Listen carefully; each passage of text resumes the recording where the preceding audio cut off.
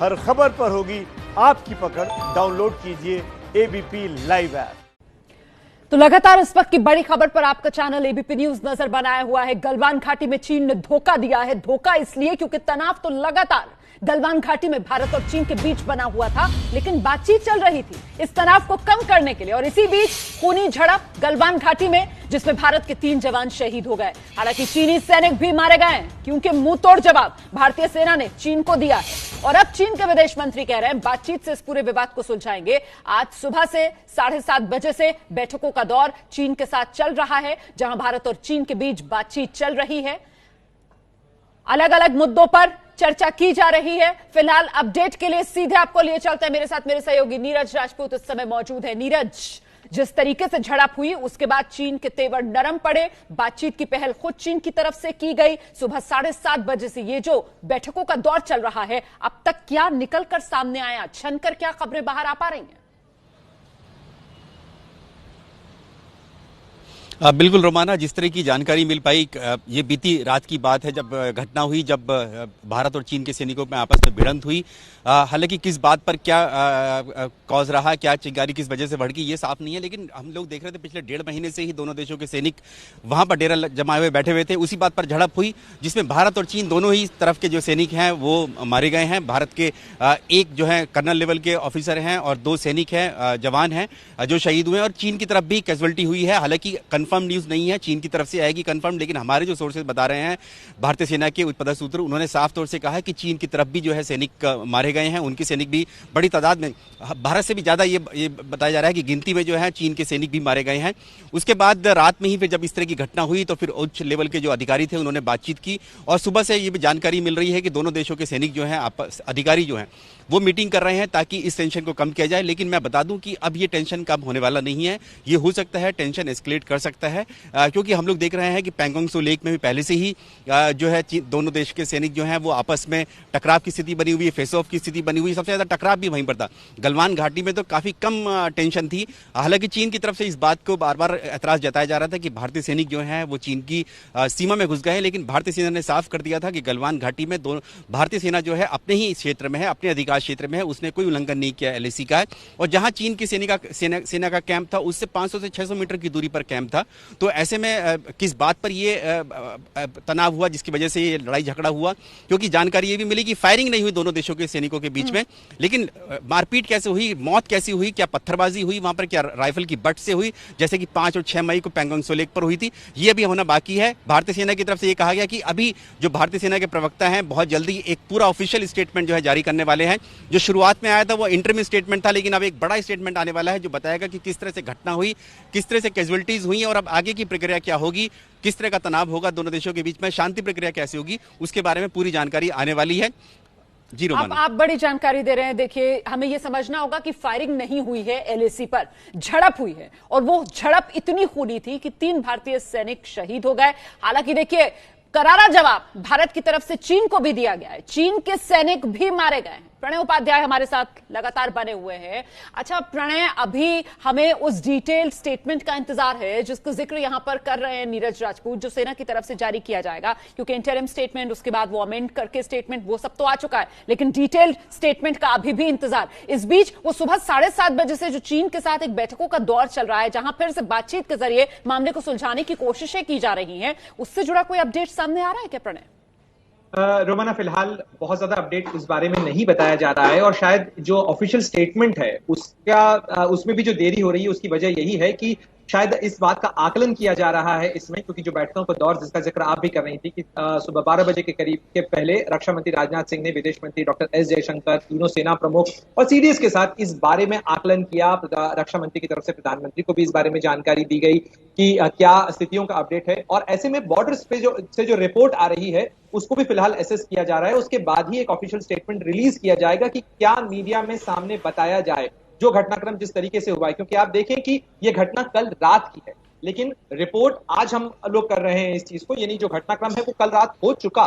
उसके बाद सुबह 7:30 बजे से बैठकों का दौर चल रहा है। चाइना की तरफ से बैठकें मांगी गई थी क्योंकि नुकसान चाइना की तरफ भी काफी हुआ है। भारत ने तो इस चीज को स्वीकार कर लिया। आधिकारिक रूप से चीनी सेना की तरफ से या चीनी विदेश मंत्रालय की तरफ से कोई बयान नहीं आया है, कहा नहीं गया है कि आखिर उनके यहाँ कितना नुकसान हुआ है। क्या उनके कितने सैनिक मारे गए हैं या घायल हैं या क्या स्थिति है। तो इसमें अभी बहुत सारी खबरें अपुष्ट हैं, बहुत सारी चीजें हमारी तरफ से, जो भारतीय सेना की तरफ से भी कही जानी है, जिनका इंतजार किया जाना चाहिए। और ऐसे में हम लोग जानबूझ के भी कोशिश कर रहे हैं, एक रिस्पॉन्सिबल चैनल होने के नाते, कि हम स्पेकुलेशन से बचें, बहुत सारी चीजों के कयास न लगाएं हम लोग, क्योंकि ये बॉर्डर की सिचुएशन है और नहीं बिल्कुल, आपने बिल्कुल सही कहा कि हम लोग एक जिम्मेदार चैनल हैं, हम बिल्कुल यहां पर कयास नहीं लगाना चाहते हैं। देश की रक्षा से जुड़ा ये पूरा मामला है और ऐसे में एबीपी न्यूज अपनी जिम्मेदारी समझते हुए पूरी संवेदनशीलता के साथ, पूरी गंभीरता के साथ ही, बिना किसी सेंसेशनलिज्म के ये कवरेज आपको दिखा रहा है। इस बीच बड़ी खबर आ रही है, ये ब्रेकिंग न्यूज, कांग्रेस नेता अधीर रंजन चौधरी का बयान आया है। अधीर रंजन चौधरी कह रहे हैं चीन से शहादत का बदला ले भारत, बदला ले ताकि चीन फिर ऐसी हिम्मत ना करे। चीन से शहादत का बदला ले भारत, अधीर रंजन चौधरी कांग्रेस के नेता का यह बयान।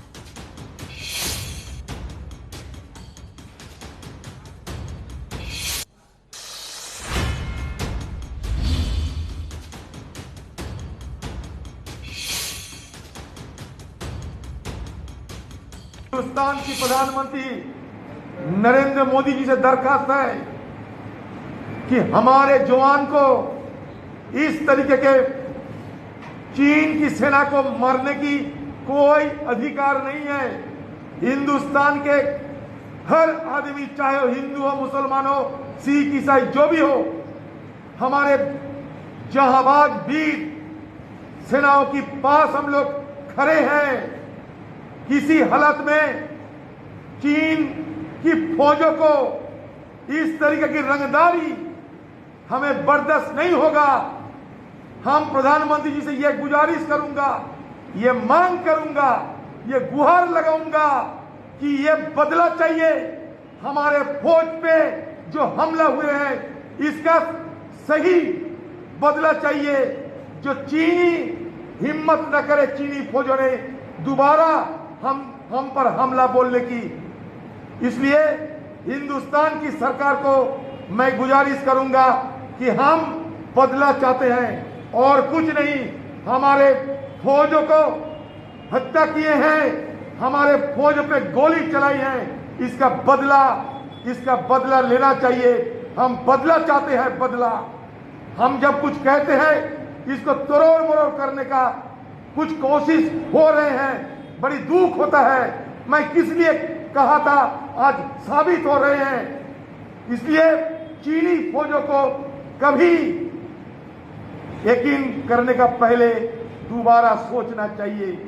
You can trust but you must verify before trusting anyone.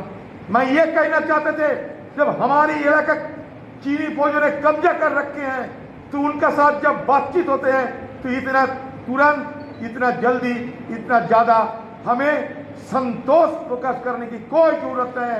हमें तो चीन से बदला ले भारत, ये कांग्रेस की तरफ से मांग की जा रही है। सियासी प्रतिक्रियाओं का सिलसिला शुरू हो चुका है और इस बीच हम सीधे रुक करते हैं रक्षा विशेषज्ञ कर्नल दानवीर सिंह, आप देख रहे हैं मेरे साथ मौजूद है।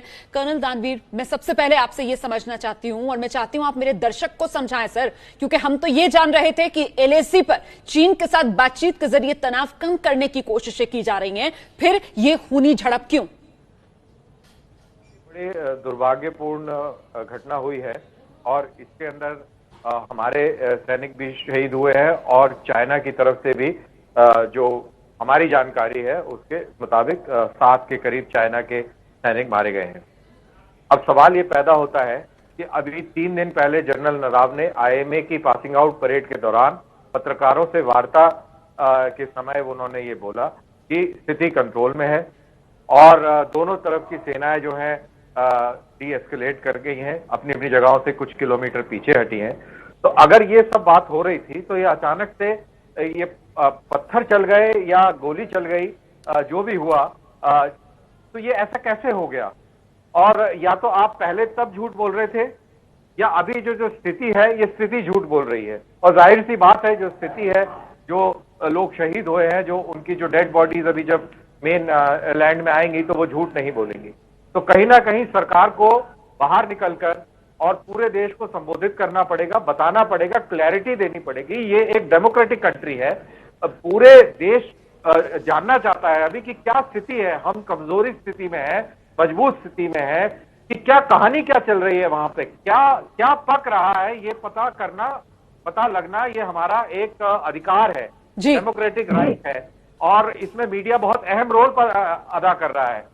और आप लोग को ये और सवाल पूछना पड़ेगा, और आने वाले समय में अगर ये स्थिति और गंभीर होती है तो मीडिया पे भी कल हिस्ट्री ये ना कहे कि हिंदुस्तान का मीडिया जो है सवाल ना पूछ पाया, और सवाल ना पूछने के अभाव में ये स्थिति वहां तक पहुंची। तो हमारा काम है सवाल पूछना और पूछना, क्योंकि ये स्थिति बहुत गंभीर है। नहीं सर, बिल्कुल हमारा काम है सवाल पूछना, लेकिन हमें ये नहीं भूलना चाहिए कि ये मामला जो है वो देश की रक्षा नीति से जुड़ा हुआ है। ऐसे में कहीं सवाल पूछने के चक्कर में हम मर्यादा भी ना लांघ जाएं। वो लकीर जो है वो बहुत बारीक होती है ना, और उस दायरे में रहकर जितने सवाल हो सके वो तो हम लगातार पूछ ही रहे हैं। और ऐसे में आपने एक बड़ी वाजिब बात कही कि साहब ये लोकतंत्र है, और इस लोकतंत्र में सरकार को कम से कम जनता को भरोसा देना होगा। चल क्या रहा है एलएसी पर, इस पर सरकार को एक जवाब देना चाहिए, तस्वीर रखनी चाहिए आम लोगों के बीच में हालात को लेकर, ताकि भरोसा पैदा हो सके लोगों में। क्या इस दिशा में कोई पहल सरकार की तरफ से की जा सकती है? ऐसी कोई जानकारी आ रही है क्या? नीरज पहले आप आइए, उसके बाद प्रणय आपसे इसी सवाल का जवाब लूंगी। नीरज आइए।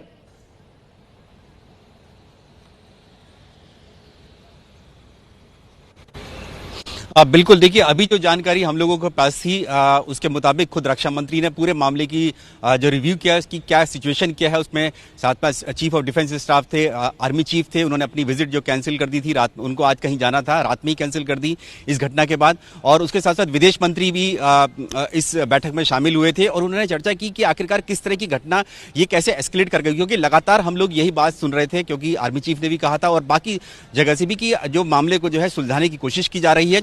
कल ही हमने देखा दो जगह पर जो थी वो डिसएंगेजमेंट जो मीटिंग हुई थी, ब्रिगेडियर लेवल की हुई थी और एक कर्नल लेवल की हुई थी।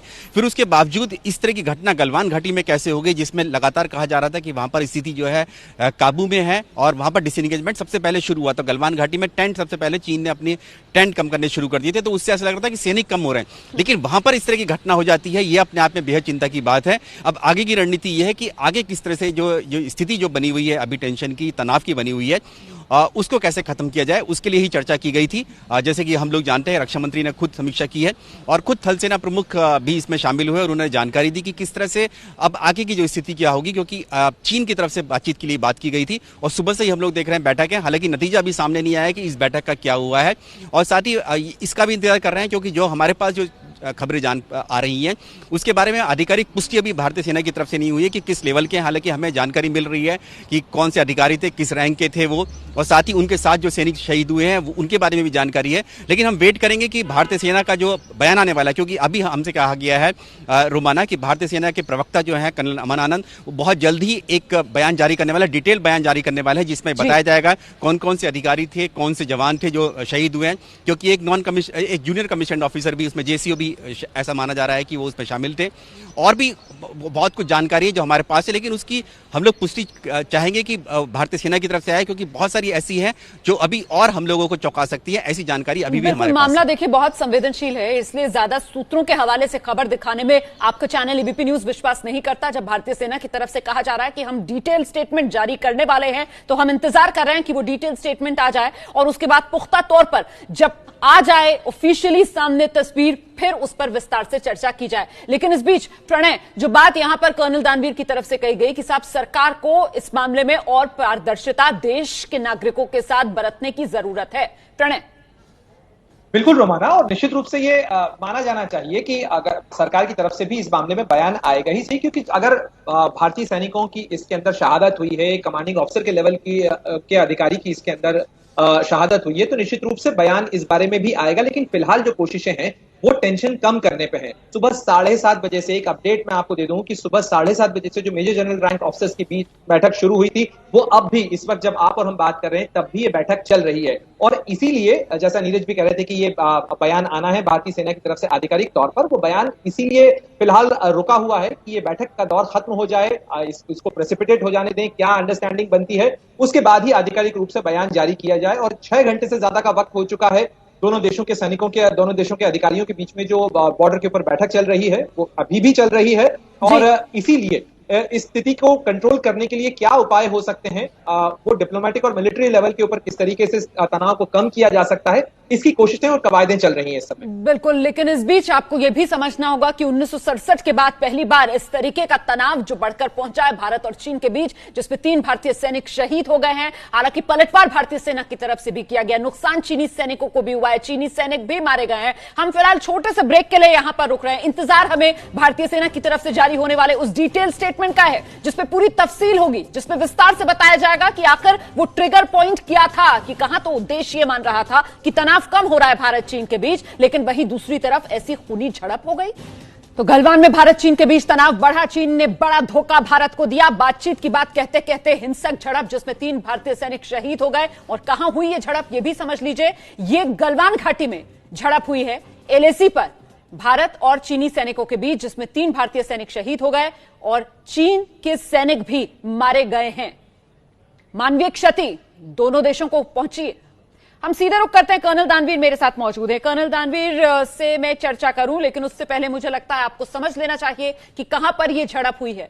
यहीं गालवान घाटी में यह झड़प हुई है और इसी गालवान घाटी में ही बातचीत का दौर भी चल रहा था दोनों देशों के बीच, ताकि तनाव को कम किया जा सके। और पिछले दिनों हमने देखा किस तरीके से ट्रूप्स कम करने की बात भी सामने निकल कर आई, चीन की तरफ से कदम पीछे खींचने की बात भी सामने निकल कर आई, लेकिन बावजूद इसके बीती रात यह खूनी झड़प। सवाल तो यह बड़ा हो जाता है प्रणय उपाध्याय कि धौंस जिस तरीके की चीन की तरफ से दिखाई जा रही है, जवाब क्या दिया जाएगा यह अपनी जगह बना हुआ है, लेकिन माकूल जवाब इन हालात में चीन के लिए क्या होना चाहिए? प्रणय। रोमाना, निश्चित रूप से जो घटनाक्रम हुआ है उसमें अगर भारतीय सैनिकों को नुकसान उठाना पड़ा है तो चीनी सैनिकों को भी नुकसान हुआ ही है, ये मान के चलिए। क्योंकि अगर कॉम्पिटिटिव पोजीशन में है, क्योंकि आप देखिए भारत की रणनीति साफ थी, अगर चाइना एग्रेसिव पोस्चर लेगा तो भारत को भी एग्रेसिव पोस्चर लेना होगा। चाइना अगर वहां अपने सैनिकों को जमा करता है और सोचता है कि वो केवल संख्या के बल पर अपनी बात मनवाने की कोशिश करेगा तो ये अब संभव नहीं है। और वो 500 सैनिक लगाएगा तो भारत 500 सैनिक लगाएगा। अगर वो 5000 सैनिकों की संख्या बढ़ाना चाहता है तो भारत मिरर डिप्लॉयमेंट कर रहा था, यानी चाइना को उसकी ही भाषा में जवाब देना। और ये भारतीय रणनीतिकार अच्छी तरह से जानता है कि China understand the language of power and strength, so China need to be told that thing in the same language. उसी तरीके से चाइना को उसकी ही भाषा में जवाब देने की जो कोशिश है, जो अपेक्षा है। लेकिन मैं ठेठ भारतीय अंदाज में समझा देती हूं इस बात को, जो बात आप कह रहे हैं कि जैसे को तैसा। भारत चीन को इसी अंदाज में जवाब दे रहा था, जैसे को तैसा, लेकिन तनाव बातचीत के जरिए कम करते करते आखिरकार चीन ने धोखा दिया भारत को।